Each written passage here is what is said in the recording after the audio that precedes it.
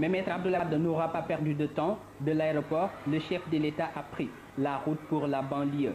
Maître Abdoulaye Wade tenait ainsi à partager avec les populations inondées leurs peines et leur apporter soutien moral et réconfort.